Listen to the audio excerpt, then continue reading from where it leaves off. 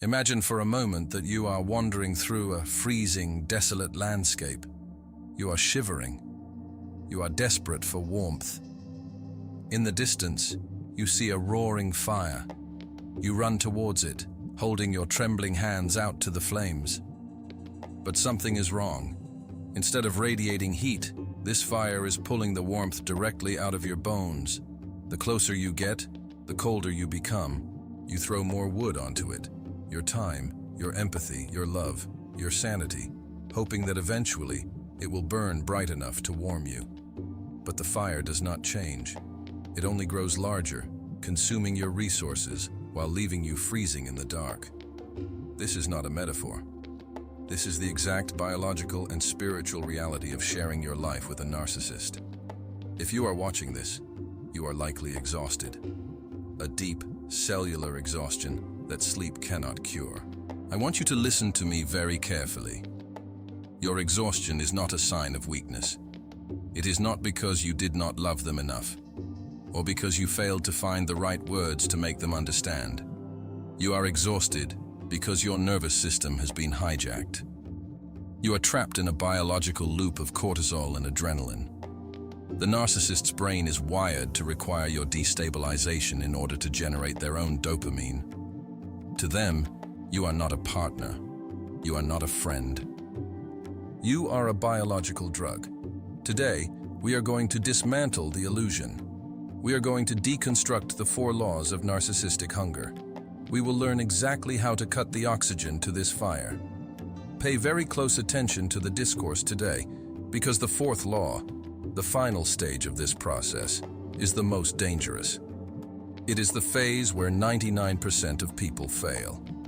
It is the exact moment the predator realizes the prey has stopped running. If you are ready to drop the illusion, walk with me now. To starve a beast, you must first understand what it eats. In the realm of psychology, we use the term narcissistic supply. But this term is often misunderstood by the compassionate mind. When a good, empathetic person hears the word supply, they assume it means positive reinforcement. They think the narcissist only wants adoration, compliments, obedience, and love. And yes, in the beginning, during the phase of the golden illusion, that is what they extract from you. They mirror your light to drink your admiration. But a narcissist is not a creature of light. They are a psychological black hole. In astrophysics, a black hole does not discriminate. If you throw a brilliant, burning star into a black hole, it will consume it. If you throw a dead, toxic asteroid of garbage into it, it will consume it just the same. Gravity does not care about the quality of the object. It only cares about the mass. The narcissistic void operates on the exact same principle. They do not actually need your love. They need your reaction. Reaction is the currency of their void. When they insult you and you cry, your tears are supply. When they falsely accuse you and you spend 3 hours screaming, defending your character, your frantic anger is supply. When they give you the silent treatment and you send them 20 text messages begging for an explanation, your anxiety is supply. Think about a moment when you were perfectly at peace. You were reading a book or enjoying a quiet morning. The narcissist walks into the room. They feel empty inside. They see your peace, and because they cannot generate peace themselves, your tranquility feels like an insult to their inner turmoil. So they drop a casual, cruel remark, a subtle jab about your appearance, your past, or your capabilities. Instantly, your heart rate spikes, your breathing shallows. The peace is shattered. You turn to them, confused and hurt, demanding to know why they would say such a thing. Look closely at their face in that exact fraction of a second. If you strip away the mask of feigned innocence or manufactured anger, you will see a micro-expression of profound satisfaction. The smirk of the predator. They just fed. They took your golden peace, transformed it into dark anxiety, and drank it. You must view this through the lens of neuroscience. Deep within the narcissist's brain, there is a profound emptiness, a developmental arrest that prevents them from generating their own self-worth. they are chronically empty. To feel alive, to feel that they exist and have power in this world, they must see their impact on their environment. When they can push a button and make a calm, intelligent, rational human being lose their mind, their brain receives a massive spike of dopamine. In that moment, they are not a damaged individual. In that moment, they are a god. They are the puppet master. They control your internal state, which means they are superior to you. In the Shaolin tradition, we speak of Qi, your vital life force. It is the energy that flows through your meridians, giving you the vitality to fulfill your destiny. Every human interaction is an exchange of Qi. When two healthy individuals interact, the energy flows in a beautiful, reciprocal circle. It multiplies. But the narcissist is a severed cord. They have disconnected from the source of their own life force. To survive spiritually, they must become a parasite. This is the great trap of the empathetic mind. You engage with them because you believe you are participating in a communication. You think, if I can just explain my point of view logically, they will see that they are hurting me. But they are not participating in a communication. They are participating in a harvest. Every word you use to defend yourself is just more wood thrown into the cold fire. Every time you explain your feelings, you are handing them a detailed manual on exactly how to destroy you tomorrow. You are telling them which buttons produce the highest yield of dopamine. You cannot out-argue a void. You cannot heal a black hole with your light. The more you pour into it, the denser and more destructive it becomes. The empathetic person operates on the principle of resolution. You want to solve the conflict so you can return to peace. The narcissist operates on the principle of extraction. They create the conflict specifically because the conflict is the goal. The chaos is the meal. If you understand this law, your entire perspective shifts. You stop looking at their cruelty as a misunderstanding, and you start seeing it as a hunting strategy. When they twist your words, they are not confused. They are casting a net. When they bring up a mistake you made 5 years ago, right when you are feeling happy, they are not expressing a grievance. They are extracting a resource because their internal dopamine levels dropped and they needed a quick hit. Once you see the mechanics of the machine, you can no longer be angry at it in the same way. You do not get angry at a mosquito for sucking blood. It is its nature. But you do stop offering it your arm. The question then becomes, how do we close the vein? How do we stand in front of the psychological black hole and stop giving it our mass? This requires a fundamental rewiring of your instinctual responses. It requires the absolute mastery of stillness. This brings us to the second law, the implementation of the ancient discipline, the art of becoming nothing. To become nothing in the eyes of a predator is the ultimate form of spiritual defense. In the ancient texts of Taoism, there is a profound principle known as Wu Wei. It translates loosely to action through non-action, or effortless action. In the realm of modern psychology, dealing with toxic personalities, therapists often refer to a concept called the gray rock method, making yourself as boring and unresponsive as a gray rock on the side of the road. But a gray rock is passive. We are not aiming for passivity. We are aiming for absolute, impenetrable sovereignty. We must elevate this concept. You must develop the Obsidian Mind. Obsidian is a dark, volcanic glass. It is forged in the intense, crushing fire of the earth. Yet when it cools, it becomes completely smooth, solid, and impenetrable. It reflects the image of whatever stands before it, but it absorbs absolutely nothing. When a narcissist throws their manufactured chaos at you, they expect you to be a sponge. They want you to absorb their toxic waste so they can feel clean. You must become obsidian. Their chaotic words hit the surface of your mind and simply slide off. They leave no mark. They do not penetrate the sanctuary of your inner peace. How do you forge this obsidian mind in the heat of an argument? You must surgically remove 4 specific behaviors from your interactions with them. You must permanently abandon the instinct to justify, argue, defend, or explain. When you justify your actions to a narcissist, you are handing them the authority to be your judge. You are telling their ego, "You are above me, and I need your approval." When you argue with them, you are stepping into the mud. You are validating their delusion by treating their fabricated reality as if it is worthy of debate. When you defend your character against their wild accusations, you are bleeding your precious life force to prove you are a good person to someone who literally lacks the cognitive empathy to care. And when you explain your deep feelings, hoping they will finally understand your pain, you are handing them the exact blueprint of your vulnerabilities. You must stop feeding the void. Imagine they look at you and deliver a calculated, cruel insult. "You are entirely selfish. You have ruined everything we built, and everyone knows it." Your old self, the sponge, would panic. Your heart would race. You would immediately begin to defend yourself. "That is not true. How can you say that after everything I have sacrificed for you?" In that exact moment, the transaction is complete. You have given them the dopamine hit. They have consumed your peace. The Obsidian Mind handles this entirely differently. The insult is thrown.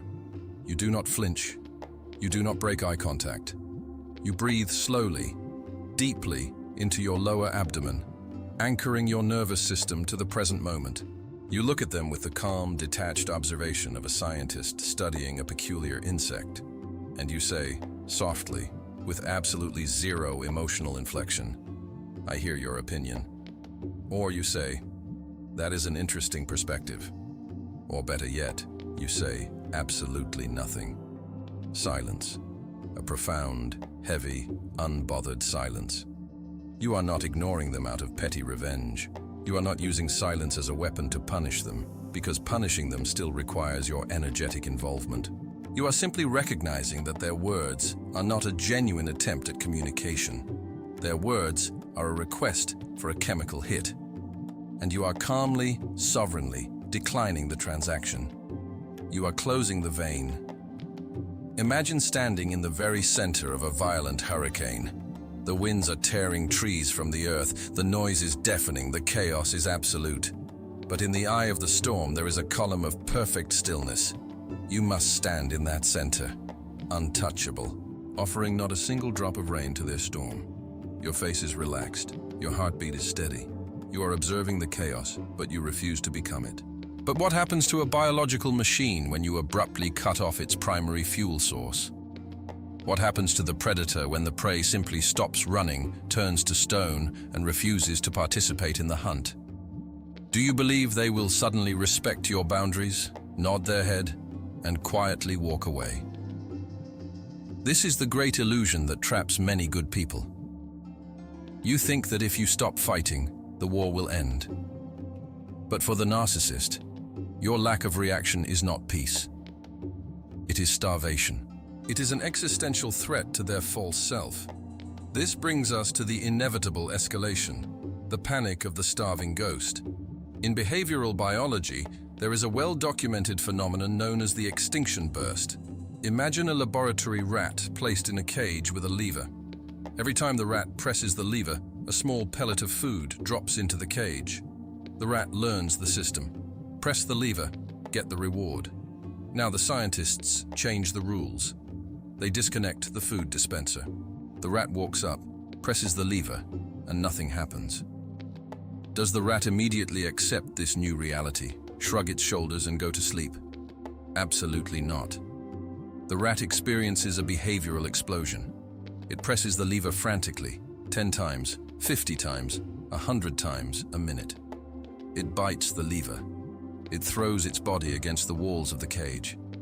It escalates its behavior to an extreme level of frantic aggression, trying desperately to force the old system to work just one more time. The narcissist is the rat. The lever is your empathy, and your emotional reaction is the food pellet. When you implement the Obsidian Mind, when you stop crying, stop arguing, and stop defending yourself, you have disconnected the food dispenser. You have starved them of their supply. They will not leave you alone. They will launch an extinction burst. They will escalate the psychological abuse to levels you have not yet seen. Because you are not responding to their usual insults, they will dig deeper. They will manufacture massive crises out of thin air. They will suddenly invent horrific lies about you. They will recruit flying monkeys, friends, family members, or colleagues, manipulating them into attacking you just to see if they can force you to break your silence. They will try to push every single button on the control panel of your soul, frantically searching for the one that still produces a spark. They might even flip the strategy entirely. If cruelty doesn't work, they might suddenly revert to the golden phase. They will cry. They will swear they have changed. They will offer you the exact apology you have waited 5 years to hear. Do not be deceived. It is not an awakening of their conscience. It is simply the rat pressing a different lever, desperate to see if this one drops the pellet of your emotional supply. This is the ultimate test of your spiritual fortress. If you break your silence here, if you react to their extreme provocation, or if you melt at their fake tears, you do not just lose the battle. You teach them a devastating lesson. You teach them that your boundaries are an illusion. You teach them that to get what they want, they just have to abuse you harder. You teach them that extreme escalation equals a massive dopamine reward. You must hold the line. You must watch the extinction burst with the cold, detached eyes of a master. You must let the rat exhaust itself against the cage. But what happens when the rat realizes the cage is truly locked? The predator does not simply vanish into the night.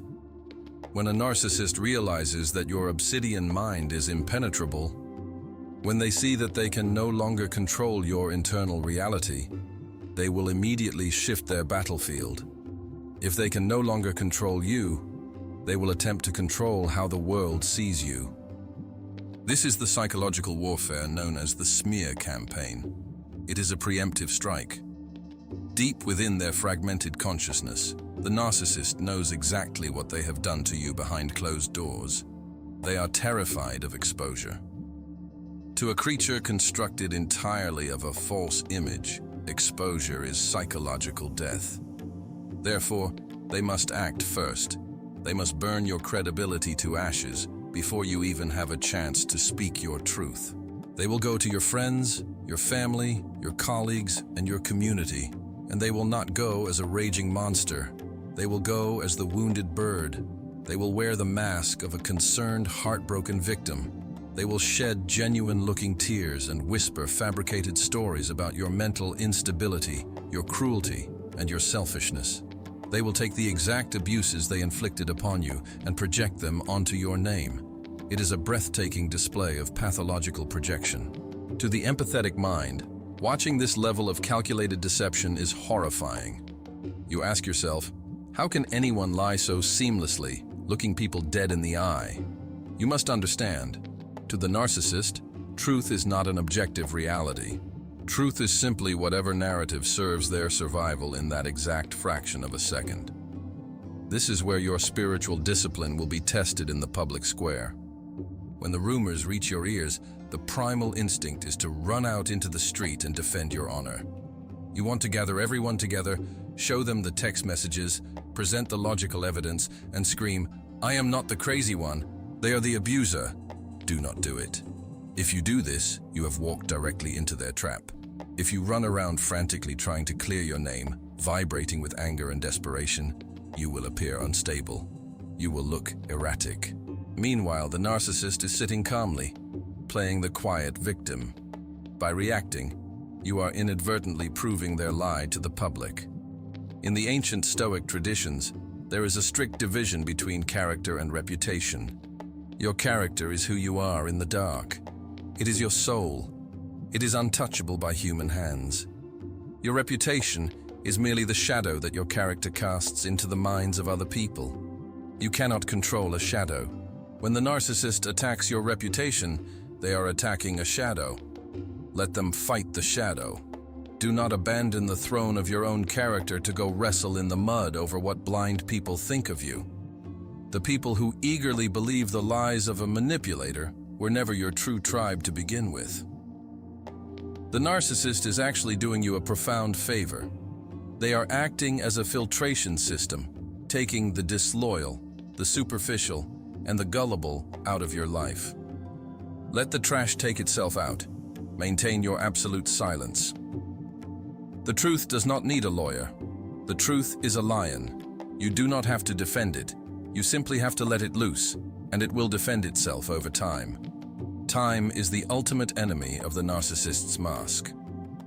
Eventually, the mask always slips, and the audience will see the predator beneath. You do not need to be there to witness it. However, even if you survive the Extinction Burst and you survive the smear campaign, the narcissist has one final desperate illusion to cast.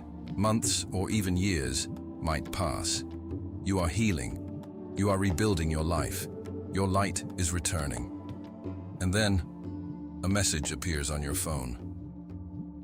I have been thinking about you. I realize now how much I hurt you. I have changed. I had a spiritual awakening. Can we just talk? In modern psychology, this is called the Hoover, named after the vacuum cleaner. It is the attempt to suck you back into the void. To understand the Hoover, you must visualize the deepest, darkest trenches of the ocean. In that pitch-black abyss lives a creature called the anglerfish. It has a long stalk attached to its head, and at the end of the stalk is a beautiful, luminescent, glowing light. To a small fish lost in the freezing dark, that light looks like salvation. It looks like warmth. It looks like a guiding star. But the moment the fish swims toward the beautiful light, it is instantly crushed by a jaw full of razor-sharp teeth hiding in the darkness just behind it.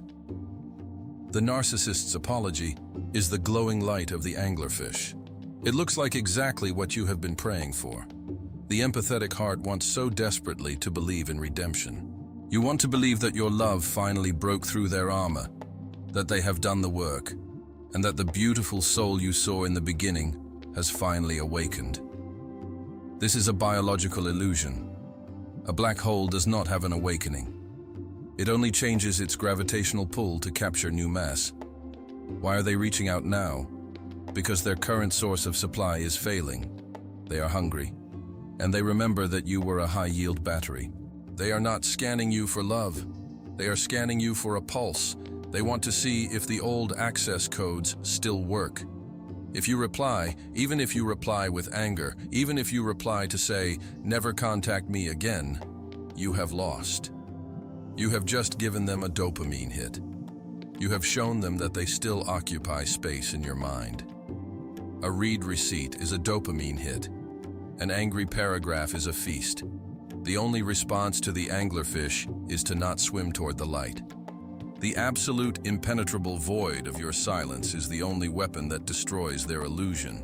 You block the number, you delete the message, you do not analyze their words, because analyzing the words of a void is a waste of your precious chi. When you ignore the Hoover, when the anglerfish realizes that its luminescent lie is no longer drawing you in, the cord is finally, truly severed. The external war is over. The predator gives up the hunt and vanishes permanently into the shadows. But as the battlefield clears and you stand victorious in the physical world, a silent, invisible danger approaches. A danger that comes not from the narcissist, but from within your own biology. Mastering the mind against their external attacks and their false surrender means absolutely nothing if you fail to survive the agonizing silence that follows. This leads us to the final, most treacherous stage of the journey. The phase where the chains are broken, but the ghost still haunts the blood. We arrive at the great threshold, the stage where 99% of people fail. You have become Obsidian. You have starved the void. You have watched the Extinction Burst without flinching, and finally the predator realizes there is no more supply. They pack up their illusions and they leave. Or you gather the ultimate strength and you walk away, enforcing absolute zero contact. Logic tells you that the moment the door closes, you should feel an overwhelming sense of peace. You should feel liberated. You should feel the sunlight on your face for the first time in years. But you do not. Instead, you feel a crushing, agonizing emptiness. A silence so heavy it threatens to break your bones. You feel an intense, almost physical craving to reach out to them. You catch yourself wanting to check their social media, wanting to know if they are thinking about you, wanting to send just one message to see if perhaps, now that the war is over, they have finally realized your value. You must listen to me right now with the utmost clarity. That feeling is not love. That feeling is not a spiritual connection. That feeling is biochemical withdrawal. You are experiencing the severing of the trauma bond. For months, or perhaps years, your nervous system has been subjected to a highly sophisticated manipulation tactic known as intermittent reinforcement. The narcissist gave you intense, intoxicating highs, followed by devastating, cruel lows. They became both the poison and the antidote. When they abused you, your cortisol levels skyrocketed, putting your body in a state of primal survival. And when they threw you a crumb of affection, your brain released a massive flood of dopamine and oxytocin, providing temporary, euphoric relief. Your brain became addicted to this cycle. You did not become addicted to the person. You became addicted to the chemical roller coaster of the abuse. Now that they are gone, your baseline levels of adrenaline and cortisol are crashing. Your body is screaming for its next hit of chaos. The profound peace of a normal, quiet day does not feel like peace to a traumatized nervous system. It feels like a terrifying void. It feels like boredom. It feels like death. This is the exact moment the majority of people relapse. They mistake the biochemical craving for a sign from the universe that they made a mistake. They break the silence. They reach out.